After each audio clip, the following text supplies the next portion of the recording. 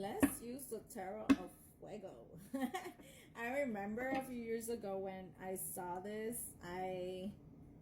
the symbol, the heart symbol, and then the eye, and then the fire, it just attracted me to buy it. But yeah, the cards are very funky. I like it. All right, let's see.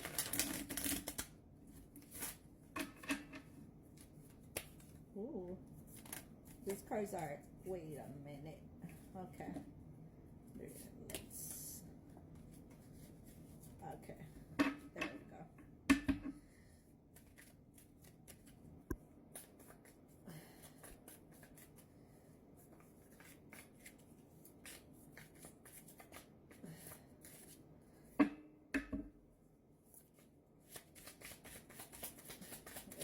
Tarot de Fuego. We had the Strength card. Okay. It's like doing our prayers to blind whoever is stalking us. Like there is a lot of cults and secret societies and other evil associations that like to send demonic forces to spy on divine bloodlines, right? And then they try to, you know, block and interfere with our abundance, with our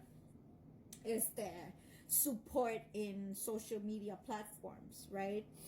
And then they pay you know, different social media platforms to accuse us of, like, you know, violating guidelines and stuff like that, and regulations, when they're just trying to avoid for our messages to be explained, right? The Strength card, this is a card that is being manifested for this year.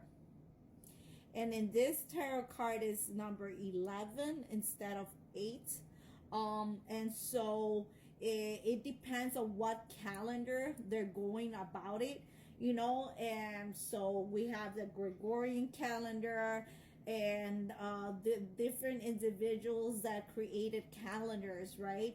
And so in some tarot cards, is the Strength card is depicted as the 11th, right? And in others, number 8.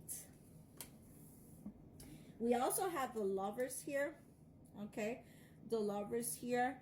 All right, and it's like, you know, really attracting someone very similar to our beliefs, right? Someone that is attracted to us, not just in the physical level, but also for emotion, in the emotional aspect as well, right? And again, you know, is they're forming some type of partnership where, you know, both individuals create some type of a business endeavor together as a union, but also being successful individually through their own businesses, right? Because let's be honest, we all have talents and gifts and skills that are different from our partners, right? Or our future spouses, right? But that doesn't mean that we cannot combine both or do both, right? All right, let's see. Oh, there's a card here that is flipped around. Oh, it's the Devil card and the Fool. All right. All right. I fixed that.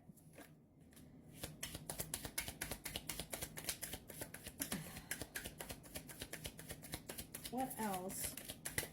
Okay, we have 3 cards. We have the Knight of Wands. All right. Finding the treasure. Okay.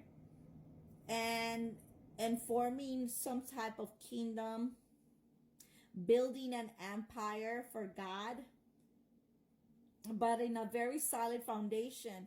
Most of the times when we think of the Knight of Wands, is someone that it's a player, someone that it's, back and forth going, fucking around with different karmics, and at the same time, right? But in here we see the Four of Wands being depicted with the horse, right? The horse is, I'm the year of the horse, right? I was born in the year of the horse, which is 1978. However, the horses are very loyal, right? But they're also very popular, very well liked, very charismatic, right? Very charming and stuff like that.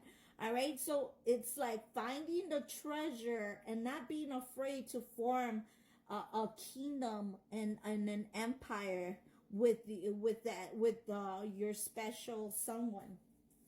Okay, and it's like the spirit guides. You see how there's like a lot of ghosts, right? Going to the light. So being able to guide people to the light and to the truth, right? Let's see. We also have the Knave of Cups. Okay, the Knave of Cups, right?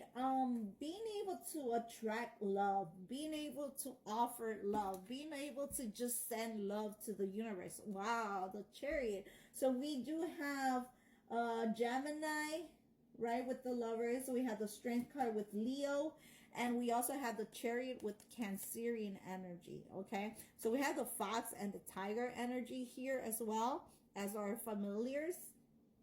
Okay, we have the horse as a familiar also, and a pink dove as a pink bird as a familiar. All right, so and knowing exactly, like the foxes are very sneaky, okay, but they know how to strategize. The tigers also are, we're talking about prey right here, okay? We're talking about hunters, right? We're talking about knowing who you need to be in love with, knowing who is a better option for you, is a better candidate for you, right? A lot of times we feel like that's too good to be true. Why? Because you're so used to being with karmics that you feel like there is no good people out there. There is no good like partnerships out there. And you think like, what does that person want from me? You're thinking that everybody is you're used to taking advantage of you, that you feel like everybody is the same shit, when it's not truth. We have the Cancerian energy again with the moon, right?